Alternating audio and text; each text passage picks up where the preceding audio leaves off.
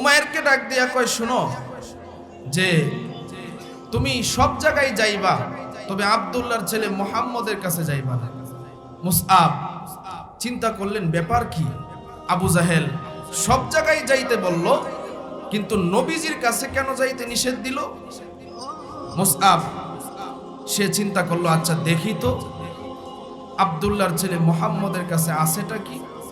মুসআব একদিন নবীর দরবারে গেলেন, যাওয়ার পরে গিয়া দেখে নবীজি বৈশা বৈশা কোরআনে কারীম তেলাওয়াত করতেছে। জোরে বলেন সুবহানাল্লাহ। কোরআনে কারীমের তেলাওয়াত তো একটা মজা, আল্লাহ তাআলার কালাম।